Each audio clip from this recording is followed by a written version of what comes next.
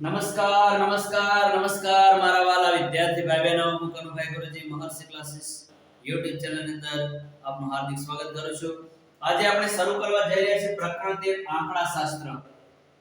ગુણની દ્રષ્ટિએ ગણીએ તો સૌથી વધુમાં વધુ ગુણ ધરાવતો આ ચેપ્ટર બેઝિક ના પેપર ની અંદર જનરલ વિકલ્પ સાથે આ જે પણ પ્રકરણ છે 16 ગુણનો પૂછાય છે અને સ્ટાન્ડર્ડ ની અંદર जनरल विकल्प સાથે ગણીએ તો 10 ગુણનો પૂછાય છે।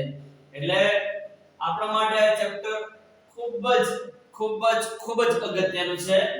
આજે આપણે આ પ્રકરણની થિયરી પહેલા સમજીશું। સૌપ્રથમ આંકડાશાસ્ત્ર છે એની નાનકડી વ્યાખ્યા જોઈ લઈએ। માહિતીનું અર્થપૂર્ણ તારણ કાઢવાની ગણિતની શાખાને આંકડાશાસ્ત્ર કહે છે। નીચલા ધોરણની અંદર આપણે આંકડાશાસ્ત્ર વિશે ઘણી બધી માહિતી મેળવીને આવ્યા છીએ, એટલે અત્યારે બહુ એની ડિટેલમાં નહીં જવું। અહીંયા માહિતી એટલે ડેટા। માહિતી છે મુખ્યત્વે બે પ્રકારની હોય, આંકડાકીય માહિતી અને સંખ્યાત્મક માહિતી। જે માહિતી આંકડામાં આપેલી હોય એને આંકડાકીય માહિતી કહેવાય। જે માહિતી શબ્દોની અંદર વર્ણન કરેલું હોય ગુણાત્મક માહિતી કહેવાય। બીજો માહિતીની અંદર બીજા પણ બે પ્રકારના ધોરણ 9 ની અંદર આપણે શીખીને આવ્યા છીએ, પ્રાથમિક માહિતી અને ગૌણ માહિતી।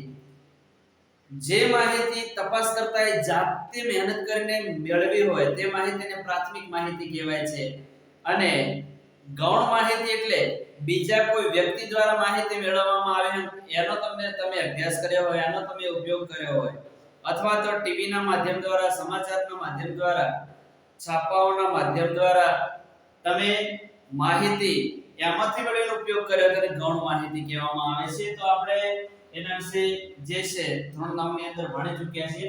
આપણે ખાસ કરીને થિયરી ની અંદર ધોરણ 10 માં જે જરૂરી છે એના વિશે વધારે વાત કરીશું, બરાબર। નીચે ઘણું બધું શીખ્યા ગઈ છે, એના વિશે ઘણો બહુ ડિટેલમાં નહીં જઈએ। અહીંયા હવે સૌપ્રથમ આપણે માહિતી મેળવી છે વર્ગ વિશેની।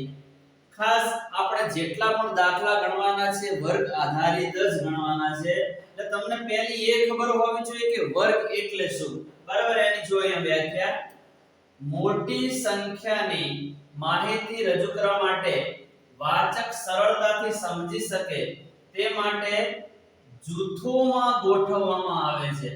આ જૂથોને વર્ગો અથવા વર્ગ અંતરાલ કહેવાય છે। ખૂબ જ મોટી માહિતી હોય, બરાબર છે, અને છૂટી માહિતી આપેલી હોય તો આપણને એને સમજવામાં થોડી અઘરી પડે, તો એને નાના જૂથો બનાવે છે। આ રીતના આવા જે જૂથો બનાવેલા હોય, જો આની અંદર 1 થી 10 નું જૂથ, 11 થી 20 નું જૂથ, 21 થી 30 નું જૂથ, 31 થી 40, 41 થી 50, આ રીતના જૂથ જે બનાવેલા હોય એને વર્ગ કહેવાય, અથવા તો આને વર્ગ અંતરાલ પણ કહેવામાં આવતો હોય છે। ઉર્ધ્વ સીમા અને અધઃ સીમાના તફાવતને વર્ગ લંબાઈ કહે છે। હવે વર્ગ લંબાઈ કોને કહેવાય? હવે વર્ગ લંબાઈ કોને પહેલા કહેવાય એ પહેલા આપણે અધઃ સીમા અને ઉર્ધ્વ સીમાની માહિતી મેળવી લઈએ। જુઓ તો દરેક વર્ગની નાનામાં નાની સંખ્યાને તે વર્ગની અધઃ સીમા કહે છે। જે પણ વર્ગ આપેલો હોય એમાં દરેક વર્ગની જે નાનામાં નાની કિંમત છે એને અધઃ સીમા અથવા અધઃ વર્ગ સીમા, લોઅર લિમિટ, નીચલી હદ, આવા શબ્દોથી એને ઓળખવામાં આવતું હોય છે। ધારો કે 1 થી 10 નો આ જે વર્ગ છે એની અંદર અધઃ સીમા કેટલી આવશે? 1 આવશે। આ વર્ગમાં અધઃ સીમા 11, આમાં અધઃ સીમા 21, આ વર્ગની અધઃ સીમા 31, આ વર્ગની અધઃ સીમા 41। અહીંયા પણ જે વર્ગો આપેલા છે એની અંદર દરેક વર્ગની નાની કિંમત છે અને અધઃ સીમા કહેવામાં આવે છે। હવે ઉર્ધ્વ વર્ગ સીમા કોને કહેવાય? તો ઉર્ધ્વ સીમા કોને કહેવાય? તો દરેક વર્ગની મોટામાં મોટી સંખ્યાને તે વર્ગની ઉર્ધ્વ સીમા કહે છે। દરેક વર્ગની જે મોટી કિંમત છે એને ઉર્ધ્વ સીમા કહેવામાં આવે છે। 1 થી 10 ના વર્ગની ઉર્ધ્વ સીમા 10 થશે। 11 થી 20 માં ઉર્ધ્વ સીમા કોણ કહેવાશે? 20। આ વર્ગની ઉર્ધ્વ સીમા 30, આ વર્ગની ઉર્ધ્વ સીમા 40, આ વર્ગની ઉર્ધ્વ સીમા કેટલી આવશે? 50। તો ખૂબ સરળ છે। આ રીતના આપણે દરેક વર્ગની જે મોટી કિંમત છે એને ઉર્ધ્વ સીમા કહેવામાં આવે છે. હવે આપણે સમજવું તો વર્ગ લંબાઈ કોને કહેવાય. ખૂબ સરળ છે, યાદ રાખજો. ઉર્ધ્વ સીમા અને અધઃ સીમાના તફાવતને વર્ગ લંબાઈ કહે છે. અહીંયા ઉર્ધ્વ સીમા અને અધઃ સીમાનો જે તફાવત છે એને વર્ગ લંબાઈ કહેવામાં છે. પણ અહીંયા થોડું ધ્યાન રાખવાની જરૂર છે. હું તમને સમજાવવાનો છું. સતત વર્ગો માટે આ નિયમ લાગુ પડશે, બરાબર છે? કારણ કે આ વર્ગો છે એ અસતત વર્ગો છે. હું તમને એની માહિતી આપું છું. પણ વર્ગ લંબાઈ જે વ્યાખ્યા છે ને સતત વર્ગો માટે જ લાગુ પડશે. આ જે વ્યાખ્યા છે એ આને જ લાગુ પડશે. ઉર્ધ્વ સીમામાંથી અધઃ સીમા બાદ કરો તો જે જવાબ તમને મળે એને વર્ગ લંબાઈ કહેવાય. 5 માંથી 0 જાય તો 5, તો આની વર્ગ લંબાઈ કેટલી છે? 5 છે. 10 માંથી 5 જાય તો 5, વર્ગ લંબાઈ કેટલી? 5. 15 માંથી 10 જાય તો 5, 20 માંથી 15 જાય તો 5, 25 માંથી 20 જાય તો 5. તો વર્ગ લંબાઈ જે છે એ ઉર્ધ્વ સીમા અને અધઃ સીમાના તફાવતને વર્ગ લંબાઈ કહેવાય છે. પણ જ્યારે સતત વર્ગો આપેલા હોય ત્યારે, બાકી જ્યારે આ જે વર્ગો છે અસતત વર્ગો છે, અસતત વર્ગો કોને કહેવાય છે એના વિશે હું તમને સમજાવું છું. પણ તમારે અસતત વર્ગોમાંથી વર્ગ લંબાઈ જાણવી હોય તો આ રીતે જાણી શકાય. ક્રમિક અધઃ સીમાની બાદબાકી કરવાની. 11 માંથી 1 જાય તો 10, 21 માંથી 11 જાય તો 10, 31 માંથી 21 જાય તો 10, 41 માંથી 31 જાય તો 10. તો આ જે અસતત વર્ગો હોય ને ક્રમિક અધઃ સીમાની બાદબાકી કરવાની અથવા ક્રમિક ઉર્ધ્વ સીમાની બાદબાકી કરવાની. તો વ્યાખ્યા અનુસાર આમાં જોશો તો ખોટા પડશો તમે, વર્ગ લંબાઈ ખોટી પડશે તમારે, બરાબર છે? તો અહીંયા ક્રમિક ઉર્ધ્વ સીમાની બાદબાકી 20 માંથી 10 જાય 10, 30 માંથી 20 જાય તો 10, 40 માંથી 30 જાય તો 10, 50 માંથી 40 જાય તો 10, બરાબર છે? તો અહીંયા જ્યારે સતત વર્ગો હોય, ખાસ સમજો આ જે વ્યાખ્યા છે સતત વર્ગો માટેની છે. સતત ખાસ કરીને આપણે જે મધ્યક શીખીશું, નીચલા ધોરણથી મધ્યક શીખતા આવેલા છે, પણ હવે ત્યાં આપણે અસતત જે આવૃત્તિ વિતરણ હતું એના માટે આપણે શીખ્યા હતા. ત્યારે જે વર્ગીકૃત આવૃત્તિ વિતરણ હશે એના માટે અહીંયા મધ્યસ્થ બહુલક શીખવાના છીએ. તો ખાસ કરીને જે મધ્યક ક્ષેત્રમાં સતત વર્ગો હોય તો ચાલશે, અસતત વર્ગો હોય તો પણ ચાલશે. પરંતુ જ્યારે મધ્યસ્થ અને બહુલક શોધતા હશો ત્યારે તમારે ફરજિયાત અને સતત વર્ગોની જરૂર પડશે. કઈ રીતનું ફેરવાય છે હું પણ તમને સમજાવવાનો છું, બરાબર છે? તો આ થઈ વર્ગ લંબાઈ. ઉર્ધ્વ સીમામાંથી અધઃ સીમા બાદ કરો એને વર્ગ લંબાઈ કહેવામાં આવે છે. દરેક વર્ગની સામે તેની આવૃત્તિ રજૂ કરતા કોષ્ટકને વર્ગીકૃત આવૃત્તિ વિતરણ કોષ્ટક કહે છે. ધોરણ 10 ની અંદર આપણે જેટલા પણ દાખલા ગણવાના છે એ બધા જ વર્ગીકૃત આવૃત્તિ વિતરણ કોષ્ટકનો જ ઉપયોગ કરવાનો છે.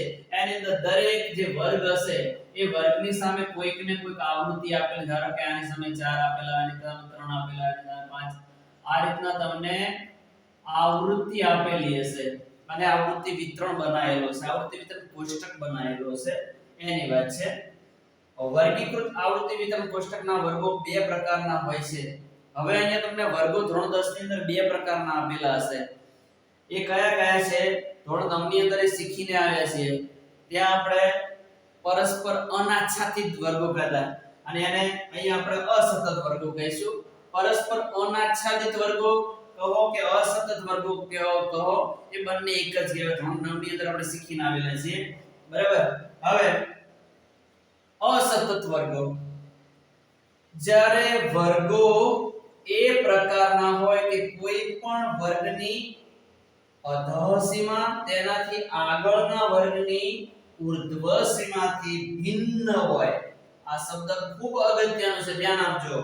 ભિન્ન હોય ત્યારે તેવા વર્ગોને અસતત વર્ગો કહે છે. ખૂબ જ સરળ વ્યાખ્યા છે, પૂરું ધ્યાન આપજો. જે વર્ગોની અંદર એક વર્ગની અધઃ સીમા તેનાથી આગળના વર્ગની ઉર્ધ્વ સીમાથી જુદી હોય, ભિન્ન હોય, એને શું કહેવામાં આવે છે? અસતત વર્ગો કહેવામાં આવે છે. દરેકમાં જુઓ તમે, અહીં 1 થી 10 માં ઉર્ધ્વ સીમા 10 છે, તો અહીંયા પછીના વર્ગની અધઃ સીમા 10 માં એક ઉમેર 11 થઈ ગઈ છે. એની એ નથી આવે, અહીંયા જુદી છે. 11 થી 20 માં ઉર્ધ્વ સીમા 20 છે અહીંયા અધર સીમા 21 છે. ઉર્ધ્વ સીમા અને અધર સીમા અલગ અલગ છે ક્રમિક વર્ગની. તો આવા જે વર્ગો છે એને અસતત વર્ગો કહેવામાં આવે છે.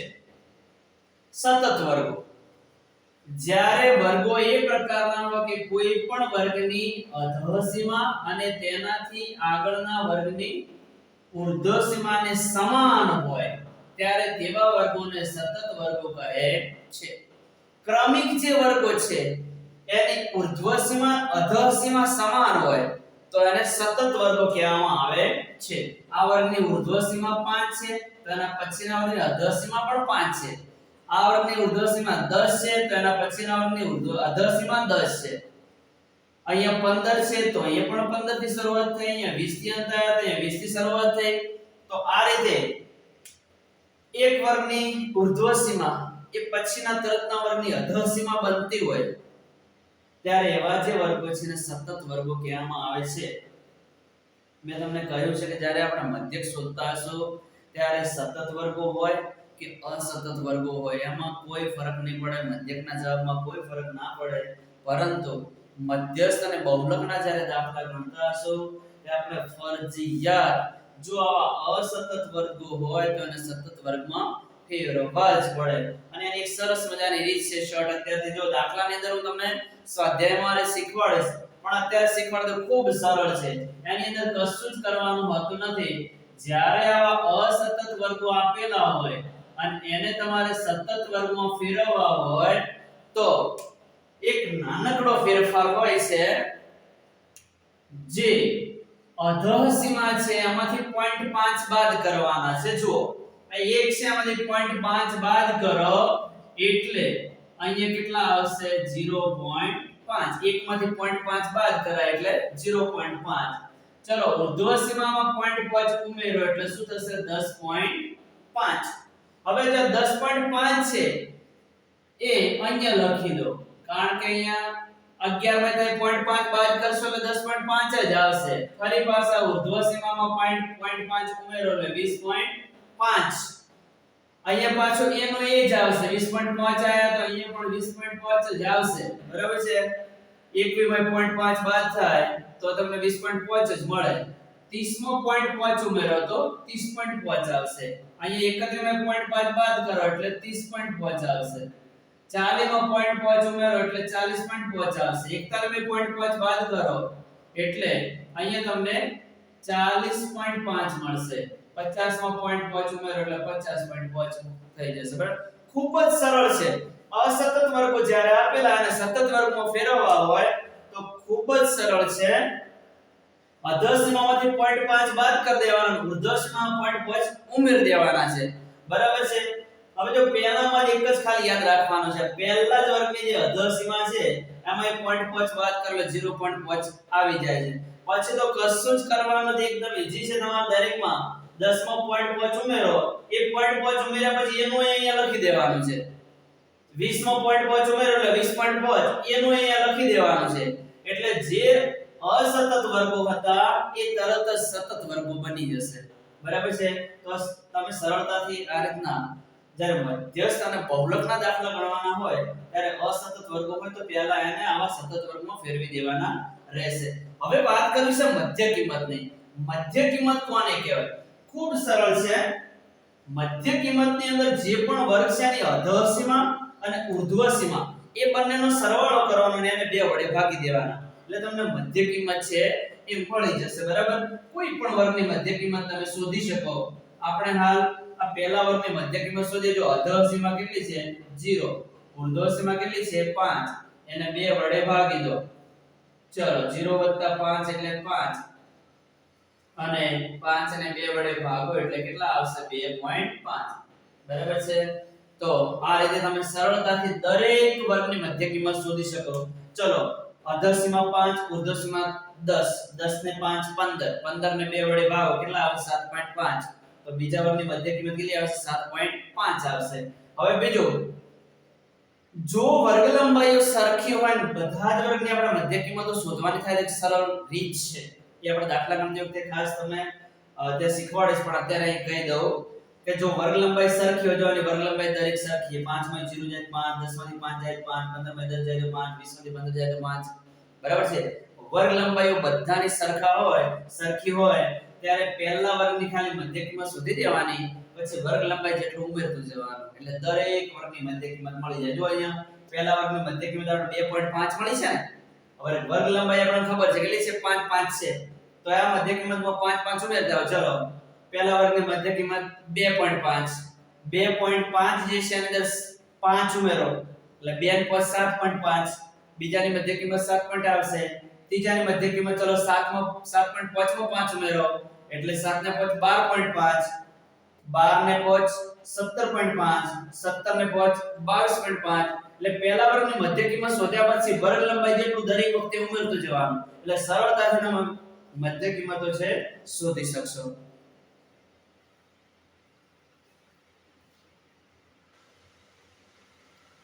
મધ્યવર્તી સ્થિતિમાન સમગ્ર માહિતીની ખાસિયતો ધરાવતા અને સમગ્ર માહિતીનું પ્રતિનિધિત્વ કરતા આંકને મધ્યવર્તી સ્થિતિમાન કહેવાય છે.